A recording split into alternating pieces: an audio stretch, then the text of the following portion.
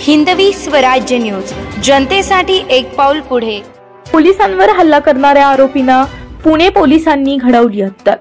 हातात बेड्या, पायात दोरखंड, नीट चालताही येईना अशी निघाली गुंडांची वरात।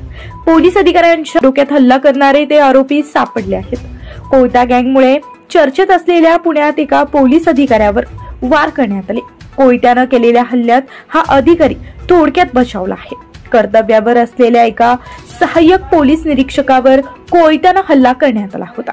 रविवारी दिनांक 25 ऑगस्ट रोजी ही घटना घडली होती। आरोपींना थेट डोक्यातच वार केल्यानं पोलीस अधिकारी गंभीर जखमी झाले होते।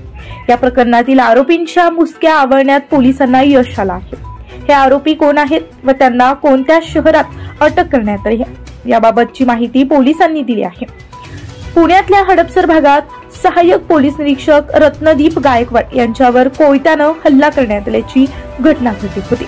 याबाबत सविस्तर वृत्त असे की 2 दुचाकीचा अपघात झाला, त्यानंतर 2 गटात तुफान वाद सुरू झाला। यावेळी पोलीस अधिकारी गायकवाड हे गाडीवरून जात होते। वाद सुरू असल्याचं बघून ते थांबले व त्यांनी मध्यस्थी करण्याचा प्रयत्न केला, पण 2 गटातील भांडण सोडवत असताना त्यांनी आरोपीच्या हातातील कोयता देखील घेण्याचा प्रयत्न केला। आरोपी निहाल सिंग टाक यानं पोलीस अधिकारी रत्नदीप गायकवाड यांच्या दिशेनं कोयता भिरकावला व डोक्यावर वार झाल्यानं ते जखमी झाले। रक्तबंबाळ अवस्थेत त्यांना रुग्णालयात दाखल करण्यात आलं। पोलिसांवर हल्ला करणारे आरोपी ते कोण आहेत त्यांची देखील माहिती समोर आली आहे। मिळालेल्या अधिक माहितीनुसार या प्रकरणात पोलिसांनी गुन्हा दाखल केला आहे। निहाल सिंग मन्नू सिंग टाक वय 18 वर्ष, राहणार तुळजाभवानी वसाहत हडपसर। राहुल सिंग उर्फ राहुल्या, रवींद्र सिंग बोंड वय 19 वर्ष, राहणार हडपसर असे आरोपींचे नाव आहे।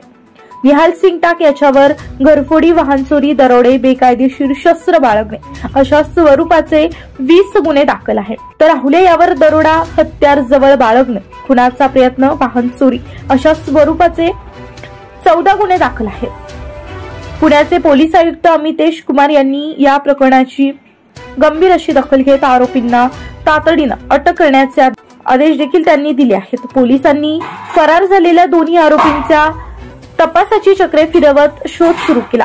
दोन्ही आरोपी सोलापूर परिसरात असल्याची खात्रीशीर माहिती पोलिसांना मिळाली।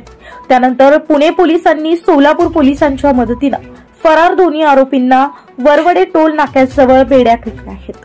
वृत्त संकलन विभागासह मयुरी गोलप, हिंदवी स्वराज्य न्यूज, पुणे।